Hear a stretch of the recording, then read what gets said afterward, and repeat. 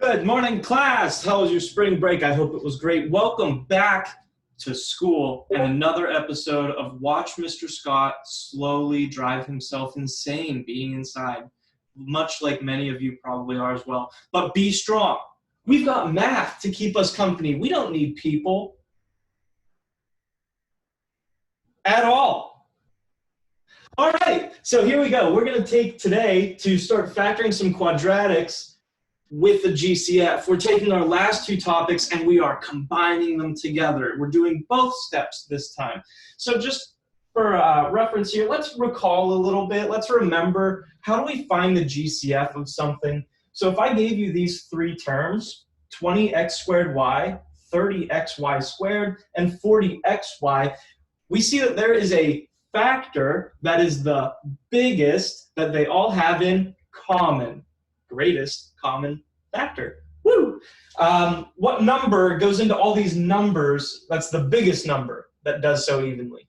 Well, we could take 10.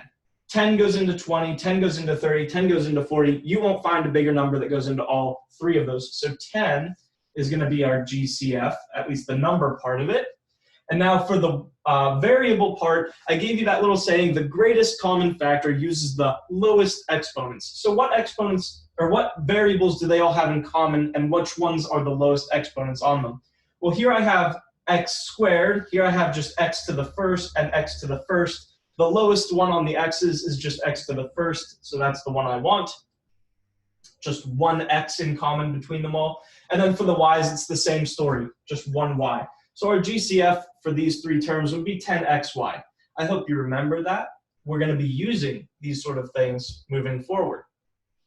Also, what I'd like you to remember is our other lesson about factoring. So we can take a quadratic and we can factor it a little bit. We can find the two things that multiply together to give me that quadratic. And what I said was that these quadratics, they're going to factor into two binomials being multiplied together. And the first thing we want to do is we want to figure out what signs are supposed to go into these binomials. If this thing is going to factor, what signs does it have to be? Well, to do that, we look at our last sign here. If it was a plus sign, we would double up on whatever sign was in the middle. But in this case, it's not. It's a minus sign. Whenever it's a minus sign on the end, the only way to do that is to have a plus and minus. And then within these two binomials, I take my p squared here that I have, and I have just one of the p's here at the front, the other one on the second one. So p plus something and p minus something. Where do I get those somethings? The somethings come from this last term. I want to factor that 18. I want all the different ways that I can make 18. So 1 times 18, that's one way. 2 times 9 is another way. And 3 times 6 is yet another way. And I think that's all of them. That wraps them up. From these sets, which one of those sets can I make the number 3 from? And specifically, I want a negative 3 to come out of this. Well, I can make a 3 from the 3 and 6. And I can make it a negative 3 by doing positive 3 minus 6. And look, that makes sense with our signs. I have one thing that I need to be positive, and I have another thing that I need to be negative. So I'm very happy in this case because I have a positive and I have a negative. And this would be our answer, p plus 3 times p minus 6. Remember, you can always verify these by distributing back in. So p times p is p squared, p times negative 6 is negative 6p, 3 times p is positive 3p, and 3 times negative 6 is negative 18. Combine your like terms, and you get the same thing back that we started with.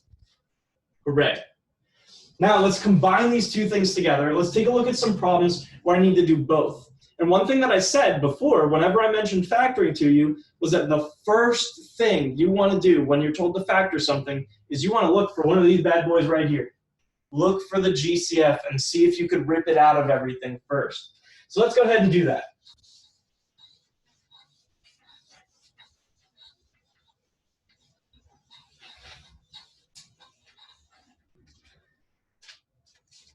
All right, so let's figure out what does this thing look like when it's factored completely. Because remember, to factor something completely, you want to get it to a point where you can't break it down anymore. Like if I took 12, I could factor that into 3 and 4, but it's not completely factored because I could still break that 4 into other things. Now it'd be completely factored, 3 times 2 times 2. I want to get this thing all the way down to where I can't break stuff up anymore. I can't factor any of these terms. So let's factor 4x squared plus 20x plus 24. Let's factor that. First step, find that GCF and pull it out. So is there one? Looks like it in this case. The greatest common factor of these is just going to be the number 4. 4 is the biggest number that goes into 4, and that also goes into 20 and 24. So my GCF in this case is just 4. I can't put an x because there's no x even here. So there's no GCF that has a variable. It's just the number 4. We take that out. So write your GCF in front and then write what's left over. Well, when I divide by 4 here, 4x squared divided by 4 leaves behind just an x squared. Divide by 4 here, 20x divided by 4 leaves behind a 5x. And then divide by 4 here, 24 divided by 4 is a 6. Great, am I done? No, because I can still factor something. I can still factor this quadratic. Let's see if we can break it up a little bit more. If I am able to break it up, it'll break into 2 binomials, just like before. And we don't want to forget this GCF. It's got to keep coming along for the ride so it stays out front. What should the signs be inside this binomial? Well, we take a look at our quadratic and we see that it's got a plus sign. A plus sign means double up on whatever sign is in the middle. So I have a plus sign here as well. So I want 2 plus signs. And my x's are going to go at the front. So an x here and an x here. How do I figure out these somethings? Well, again, we take a look at that last term and we're going to factor it. All the different ways that I can make a 6. I've got 1 and 6, and I've got 2 and 3. That looks to be about it. Which one of those can I make a 5 from? Ooh, you can make a 5 from both of them.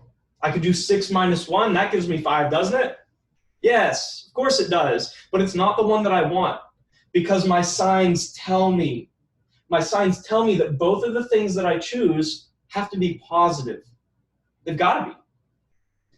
And if I did that here, I would have a positive on the 1 and a positive on the 6, and that makes 7. So I know I want to use 6 minus 1, but the signs tell me I can't have a minus sign. Not in this case. So instead, I want to do the 2 and the 3, because I can make 5 from that as well. Positive 2, positive 3. Positive 2, positive 3. Done. Hooray! We did it! I'm so excited. You have no idea. Let's do another. That sounds like a good way to spend your time.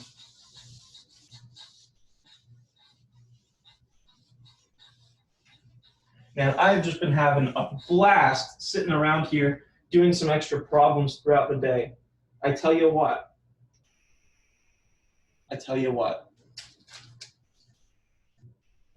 3x squared minus 12x minus 63. That's a big number. Again, start things off. Is there a GCF? If there is, we should probably find it and pull it out. Yeah, there is. It's 3. 3 is the biggest number that goes into all these. Spoiler, a lot of these for you guys in Algebra 1, the number that's here at the beginning is probably going to be the GCF. Probably. Not always, but probably. It's a good start to try and check. So the GCF is 3. Let's take that out of all of these terms. Write the GCF out front, write what's left over. Like an x squared left over here. Negative 12 divided by 3 is negative 4x. And then negative 63 divided by 3 is negative 21. I would be done if I couldn't factor this anymore. If this thing was prime, I'd be done. But I think we can factor it again. I think we can take this quadratic and we can break it into 2 others. Don't forget your GCF out front. X, X. What signs go in here? Because that's a negative sign. We have a plus and a minus. Let's factor out the 21.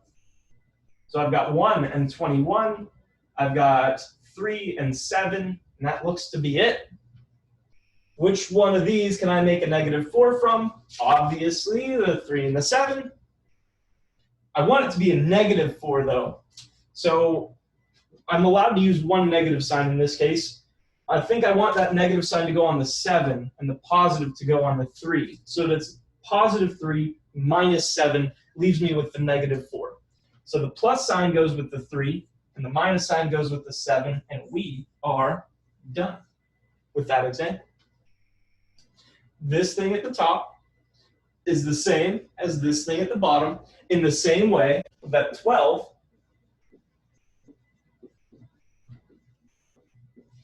is just 3 times 2 times 2. Isn't that fun and exciting? Very fun and exciting. And the applications are wild for later on in math. Let's do another. I heard you say it, just like DJ Khaled. Who I think, at this current moment, is truly my spirit animal. We the best. 6x to the 4th, plus 42x cubed minus 48x squared. Uh-oh. We've got some variables involved. Don't worry about it, though. We know how to handle it. Let's look for a GCF. Do I have one? Of course I do. That's this lesson, right? Yeah, the GCF here is going to be 6, because 6 is the biggest number that goes into all 3 of those numbers. And then for the variable side, remember I want the lowest exponent. So how many x's do all these things have in common? Well, there's 4 here, 3 here, 2 here. They've all got 2 of them, at least, in common. So we take the smallest exponent, which was the 2. That's my GCF, 6x squared.